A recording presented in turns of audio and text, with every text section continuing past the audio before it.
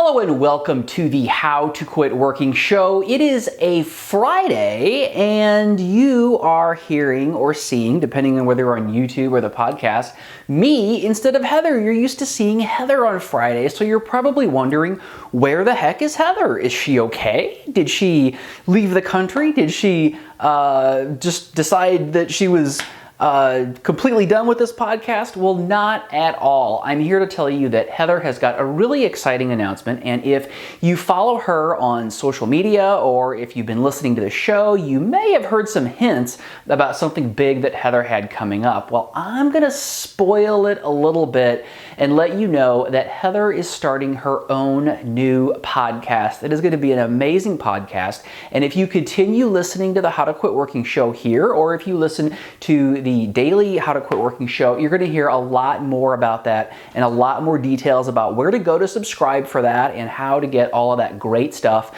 from Heather. Now, the reason that I'm here today is, first of all, I wanted to let you in on that little secret, but second of all, Heather did not do a new episode for the How to Quit Working show this week because she's really busy getting her podcast ready. So I said that what we would do is we would just play one of her best episodes for you again today. So this is one of Heather's best episodes that she has ever done on the How to Quit Working show. We've gotten a lot of great feedback about it, and that is what you are going to hear on today's episode of the How to Quit Working show. But I'd also remind you to stay tuned, and upcoming you will be able to hear more about Heather's podcast. But go ahead and listen to this great episode and stay tuned for more information about Heather's awesome new podcast.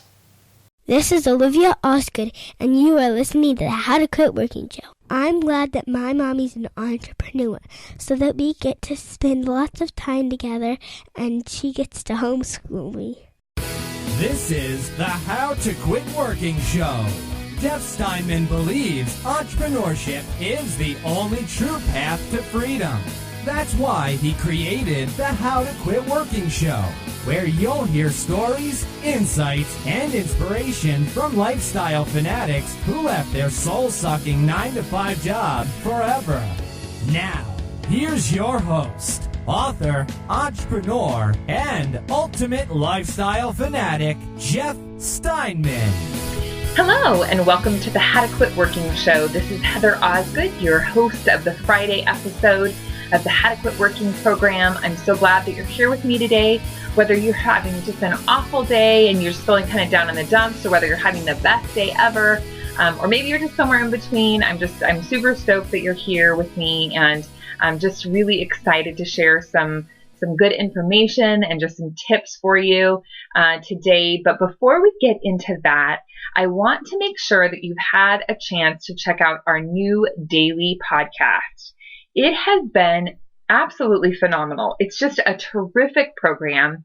Jeff Steinman has put a lot of work into it, and it's just these great little kind of sound bites. It's that 5-10 minutes of inspiration that you really need to get your day going, to get your path going, to really examine this idea of quitting your job and starting a business that's really going to give you the freedom and the lifestyle that you want. So if you haven't subscribed to the How to Quit Working daily show, I want you to go over to howtoquitworking.com/daily, and you can subscribe right there to the show. You can listen to it. You can go to iTunes and subscribe, or Stitcher and subscribe. It is all over the place, and thousands of people are checking this show out every day. And if you haven't had a chance to do it, you need to do it today. You need to do it as soon as this podcast is over. Check it out, because it's been incredible. And I'm really, really excited that we are able to reach so many people with just a quick bit of inspiration for their day. Today, I want to talk to you a little bit about digging deep.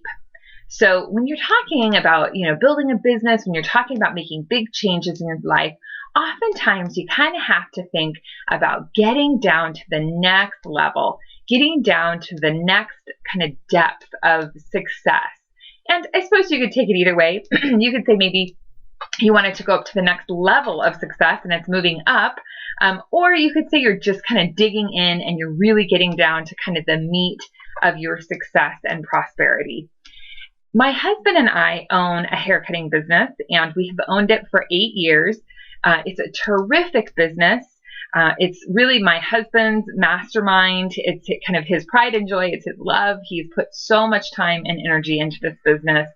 And it's been running for 8 years now. And it's really, it's definitely hit a place where it's profitable, which is really exciting. And it's got everything that you would really want in a business.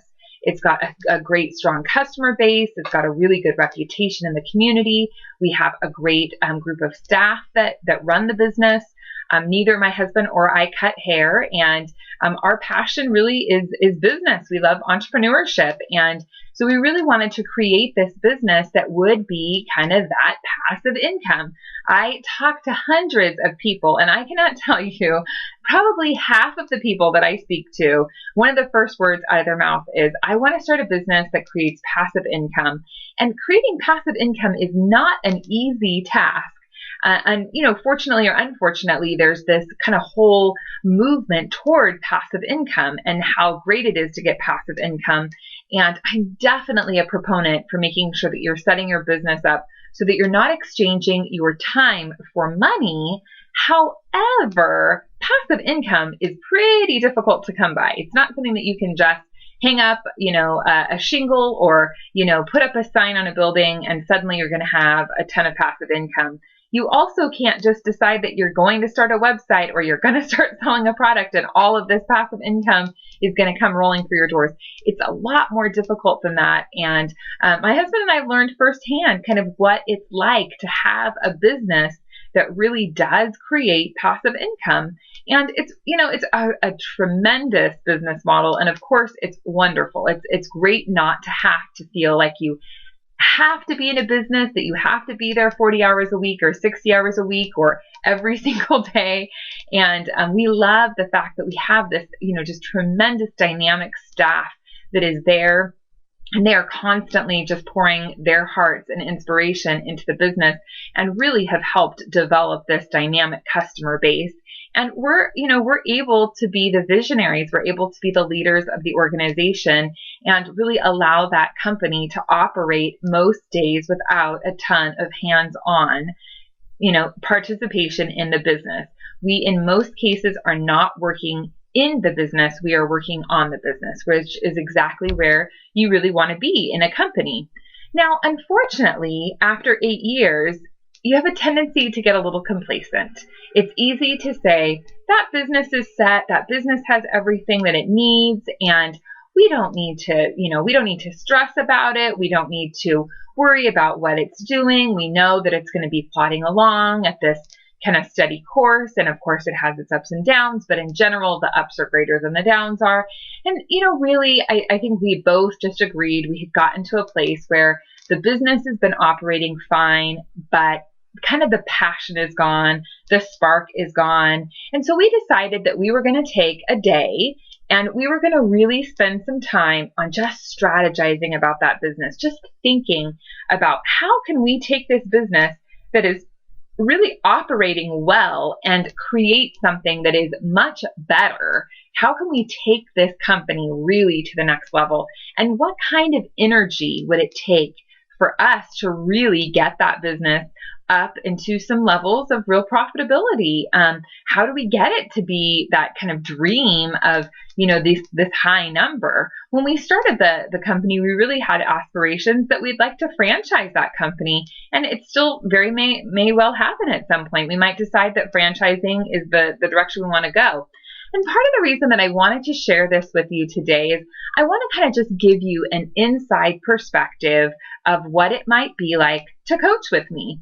So if you were thinking, gosh, I wonder what it would be like to coach with Heather. If you're an established business owner, these are some of the things that we might talk about if we decided to do a long strategy session, or if we wanted to, really look at the growth of your business over a long period of time. Now, obviously, each business is going to have its own unique challenges. It's going to have its own unique struggles and all of its unique advantages. It's going to have all of its great parts and the elements that are thriving. And that isn't going to be the same for every organization. They're all going to be different. But this is kind of just a little sample of what it would be like. Now, obviously, there are tons and tons of different types of businesses out there. And I actually was thinking about how great it would be to just do a little bit of research and find out what kind of distribution of businesses there are out there, because online businesses are becoming so prevalent, and the brick and mortar businesses really are, becoming, I think, more scarce. Obviously, we all still do buy products and services at brick and mortar businesses every day. And so it could just be a perception. It could be that maybe there aren't as many businesses online as we think that there are, but it's really interesting to look at that balance. So when you talk about really taking these techniques online, is going to be a totally different experience than looking at an actual brick and mortar business. And it's been such an interesting experience for me. My husband and I also have an online business to really look at the differences and look at some of the advantages and disadvantages of what it's like to have an online business and what it's like to have a brick and mortar business. So as we set out on this day-long strategy session, the very first topic of discussion was our sales. Obviously, that is the driving force behind any business. If you don't have sales, then you don't have a business, you have a hobby. And that's something that's so, so important for everyone to realize. If you have a business that has been operating for a number of years and it's not making any money, then it's really not a business. You have to have a sales-focused organization. Those sales have to drive everything in that company. And if your sales aren't driving your growth, then really you've got something that's out of whack. You need to put sales at the center. Making that income is going to give you the capability of developing a better product and service, developing a better customer base, getting a better marketing strategy out there. But you have to have the dollars. The dollars are the big drivers. And the only way that you're going to get the dollars is by really, really focusing on your sales. So that's where we first started on our strategy session, was let's take a look at our sales. How are they doing? Now, each year we've been steadily increasing our sales. I believe we were up 15% last year, and each year we've been between that 15 and 20% mark, which really in a down economy has been pretty phenomenal. The business has been doing really well, which is awesome. But again, I go back to that perspective of when you do have a business that is kind of steadily increasing, you get to kind of a place of complacency or you get to a place of inflated expectations. You think, well, gosh, we increased our sales by X number of dollars last month. Why can't we double that this month? Or last year we increased our sales by 15%. Why can't we increase them by 30% the following year? And it's really not always that easy to increase your sales. You really do have to come up with a new strategy and a new approach to get you to where you need to be in terms of increase in sales. So we wanted to examine that, and we had done a price increase. So predominantly we do haircuts for men. That's what we do at our business, and it's been very successful. And we have a price point, and every couple of years we've increased the price fairly steadily since we opened 8 years ago. Research does show that when you increase your price, less people will leave than the increase in the price will provide in an overall increase in sales. So generally, increasing your price is a good idea as long as it's not something that you're doing too frequently. Really examining, can the market bear it? Where does it fit in with your competition?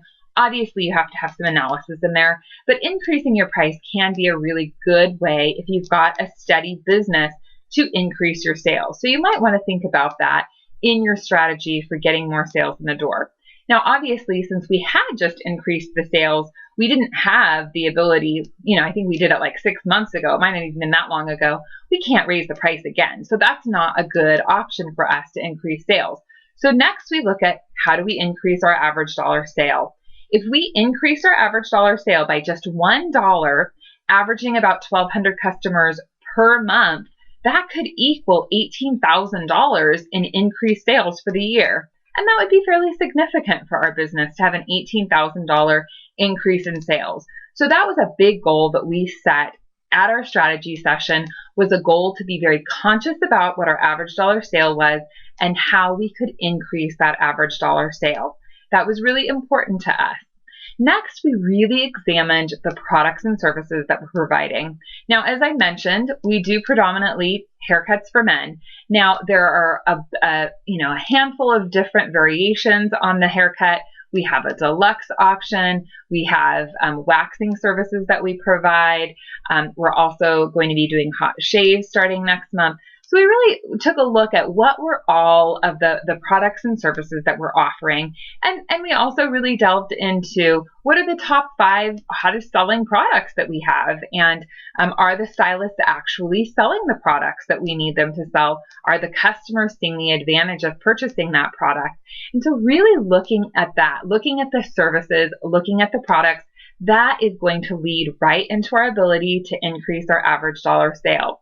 Do we have a really strong system in place where our stylists feel like they understand how to provide customers the opportunity to purchase a product? If you have a business and you're working with employees, you personally may or may not feel your own ability to sell. And if you don't personally feel like you have the ability to sell, then it's even more challenging to get your staff to sell.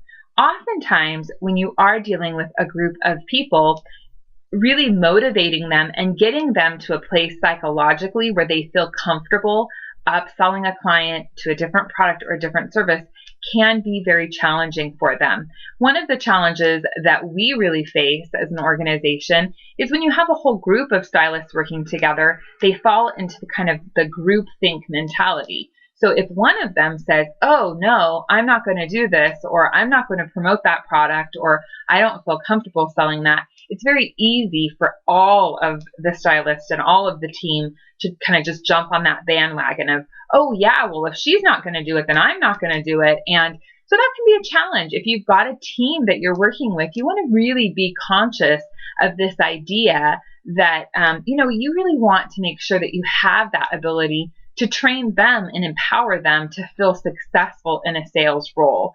And when you're looking at doing any sort of increase, whether it's a pricing increase for your product, whether it's really a goal to increase your average dollar sale, having a sales staff or having a staff that is sales driven and realizes that the organization is a sales driven organization really will make the difference between you actually selling products and services and just kind of plodding along. So really examining those was an important step for us.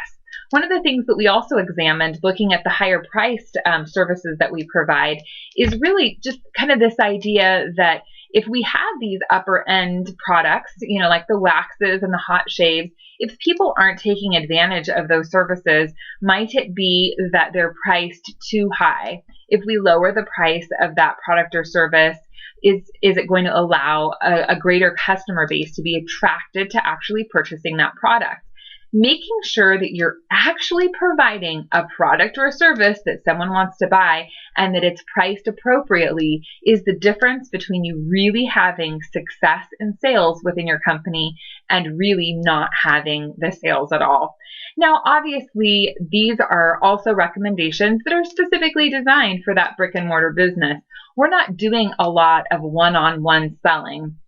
I don't have to go out on sales calls and convince men to come in and get haircuts. Men either want a haircut or they don't want a haircut. And when they come in the door, they've already made that decision that they're going to get the haircut. So then my upsell process is just the idea of either selling them another level or a higher level of service and or a product as they're walking out the door. So you really have to examine your business model and see how it all flows and all works in for you. Next, we really wanted to examine our marketing. How was our marketing working? We obviously have been in business for 8 years, and when you've been in business for 8 years and you have a very large customer base, it's easy to really rely on word of mouth, and we really do find that word of mouth does work fairly well for us. I always cringe when I say that because I've been in advertising for so long, and word of mouth is really not a form of advertising you have any control over. I don't know who's going to go out and talk about our business to whomever they want. I don't know if 10 people are going to go talk about our business or if 100 people are going to go talk about our business. We have no control over word of mouth. However, when you've been an established business and you have thousands of customers, you're going to have a certain percentage of word of mouth traffic. And really, that is our number one lead source. We're very diligent about tracking where our customers are coming from. When we have a first-time customer, we always ask them how they heard about our shop and what has brought them there. And that really does help us examine our marketing efforts. It helps us really know, is this something that's working, and what is driving that new customer base into the business? So we walked through each of the areas of our marketing strategy. We talked about what was working and what wasn't working. We just talked about new ideas. What were some new concepts and ways that we could kind of change the landscape a little? When you have a marketing plan that you've been running for several years, it can get stale. It can get old. If you're running the same ads in the same locations with the same images, people start to get to a place where they don't even see them anymore. So you do have to have that constant, fresh, exciting messaging and exciting really appeal to make people want to come into your business when you're talking about any marketing effort. So we really were able to examine that. The other thing that we really took a good look at was our social media. And we are a university town, so we do attract a large university population and customer base into our business. And that is terrific, but we have to really examine what are the avenues that we're using to get that university student, that college student into our business. In the past, we really have always relied very heavily on these college coupon books that have worked really very well. And over the years, there have become more and more of those. And we've also seen that there are new products that are now being offered. There's a great new app that is much more user-friendly and really does hit that demographic much better and is a lot cheaper, and is something that we're really examining. Is that something that we should take advantage of and really abandon the idea of the printed coupon? So those are all just different concepts. And what I really want you to think about in marketing your business is, have you been doing stuff for a long time, or are you doing anything? Frequently, there are businesses who are, not doing any marketing for their business. We have the luxury of having a really great email list. We email people 6-week haircut reminders, and that has worked really well to get people to come in.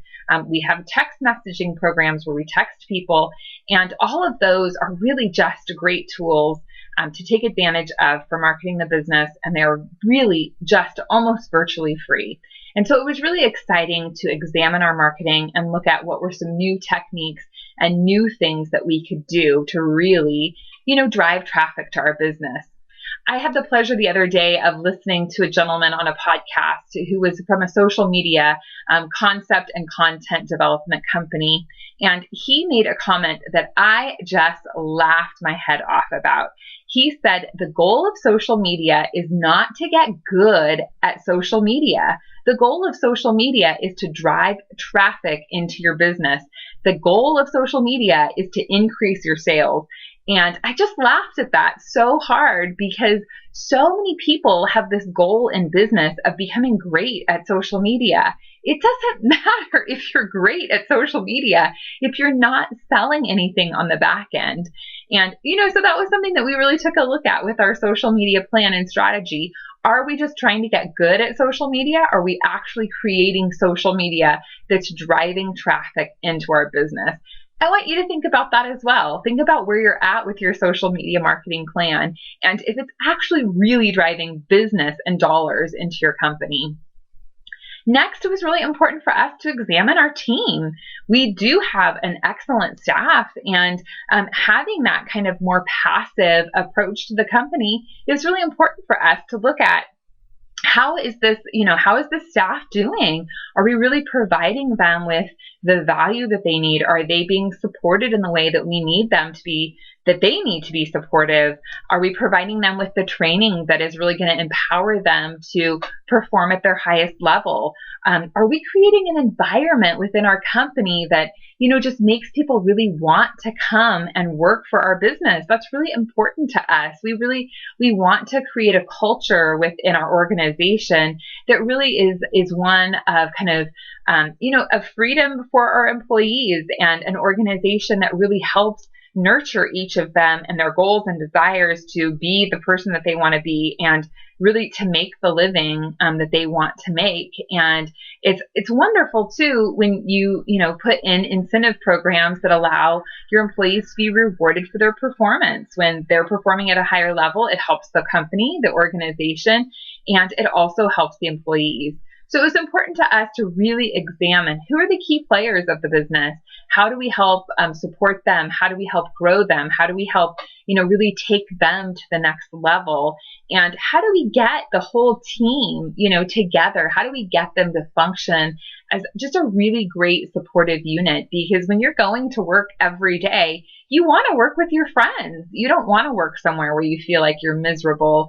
And, and it's really interesting for us because we are working with a lot of millennials. And one of the things that is constantly a shocker for me is that time off is a huge, huge deal for millennials. They really, they want to have that freedom and flexibility to say, hey, I'm going to go to a concert this weekend, and if you don't give me the time off, then I'm going to quit. Or, I have to have this day off, or I have to have these 2 weeks off, or whatever the case may be. So we want to make sure as an organization that we're really providing a positive working environment for our employees, that they're excited to come to work, that they're pumped up about what we're doing, and that they feel like they're really part of a growing and thriving organization. So if you're a business owner and you're thinking, how do you create that environment for your employees?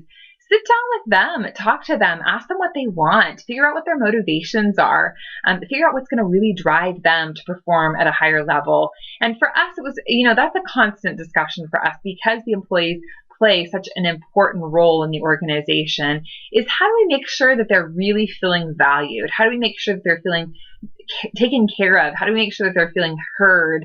How do we make sure that we do have a really strong team and that we don't have, maybe one or two people who are, kind of bringing the team down or, maybe bringing in a negative vibe to the organization. So it's really, really important for us to make sure that our employees feel protected, that they feel really, just empowered to be the best that they can be. And it's so great working with a team of people, especially when you're talking about hairstylists, because they have this kind of creative vibe about them anyways, which really gives them a unique approach to life. And it's been really fun, especially for someone like me, because I can tend to be a little bit high strung, and it's nice to be with people who are just a little bit more laid back and don't always take themselves quite as seriously as I have a tendency of doing.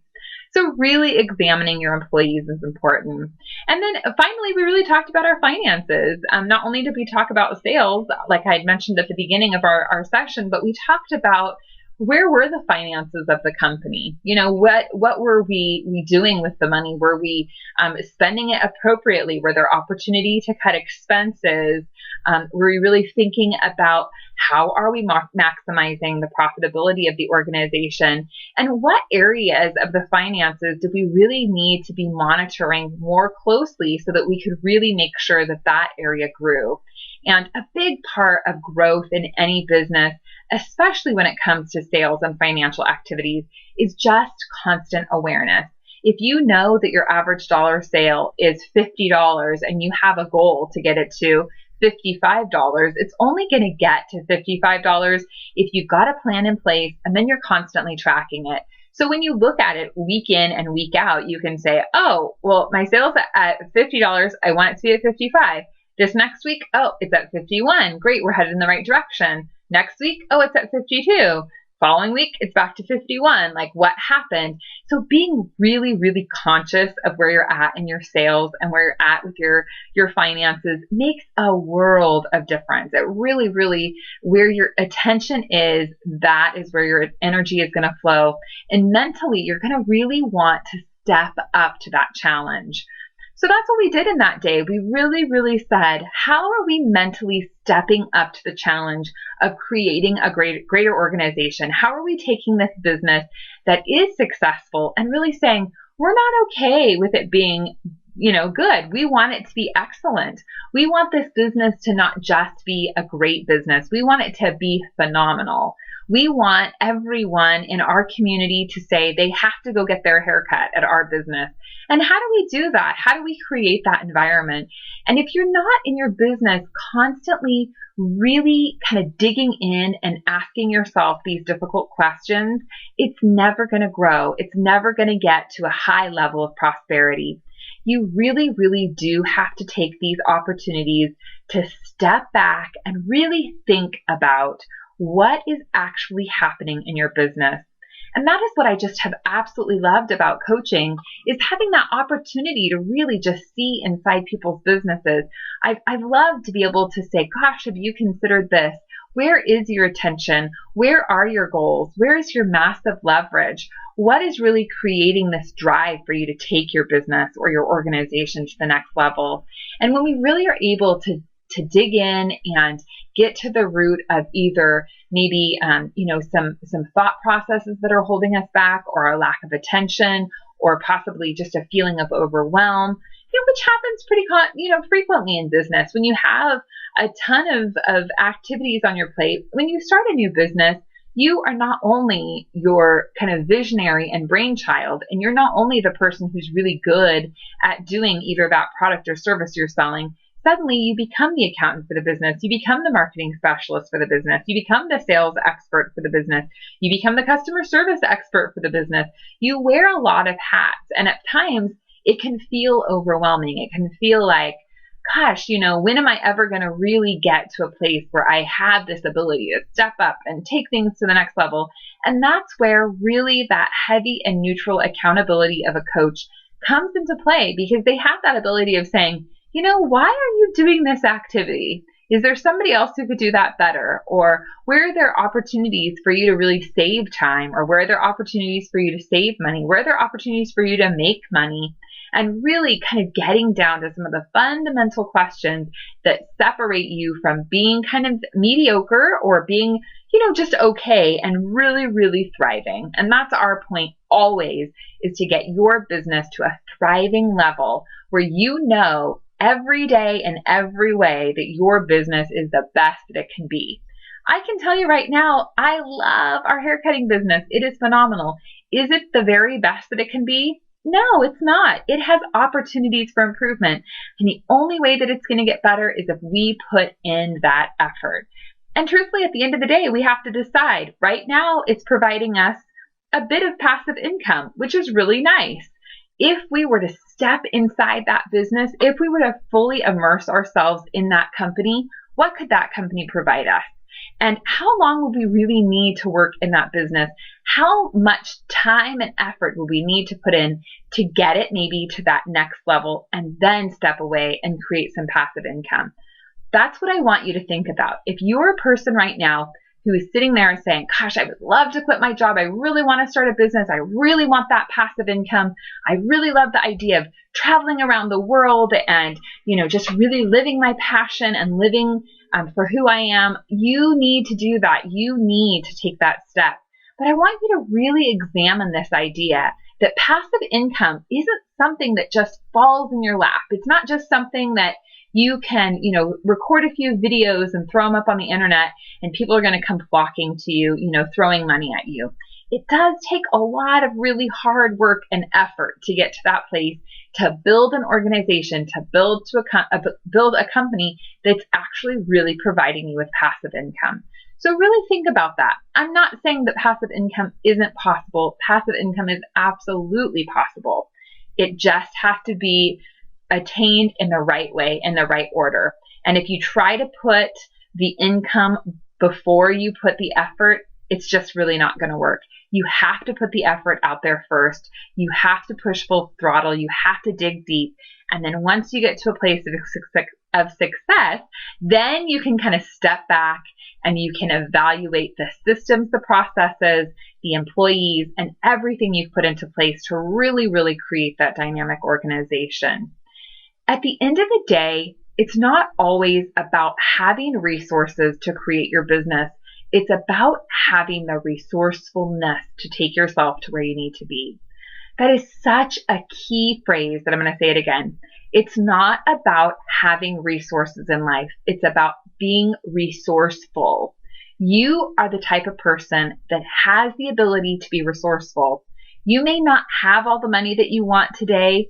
You may not have all the money that you want tomorrow. But getting money isn't about having money. It's about being resourceful. It's about gathering yourself and surrounding yourself with all of those opportunities, with all of that information, with all of that knowledge, and with the kind of internal empowerment and really just that drive to actually really go out and accomplish something. And at the end of the day, most people don't have that drive. They don't have what it takes to really, really push themselves outside of their comfort zone to take that leap to either improve the business that they currently have or to start a business to really get what they want in life. So if you're kind of in that place where you're like, gosh, I really am interested, or I really want a successful business, I encourage you to really just think about just taking that leap, doing those hard things that get you to where you want to be. I'm reading a great book right now about sales, and there's this hilarious cartoon in there that says, your regularly scheduled program has been canceled tonight. You need to get off the couch, work a little bit so you can pay your bills. Working 3 nights a week isn't going to kill you. And I really just encourage you to think about that. What are some of the activities that you're doing in your life right now that you're creating those as musts in your life, when indeed they're not musts at all? You don't have to do any of those. If you really want to create a business that is going to be successful, or if you really want to take your current business to a much higher level of success, you need to get off the couch. You need to get up and really, really get to work, being that sales-driven organization, working in your business. I know that you have the ability of doing it. And if you're really feeling like you're in a place where you know you want to do it and you just need somebody to help you out through the process, I would just love to talk to you. Please give me a call anytime. You're more than welcome to email me.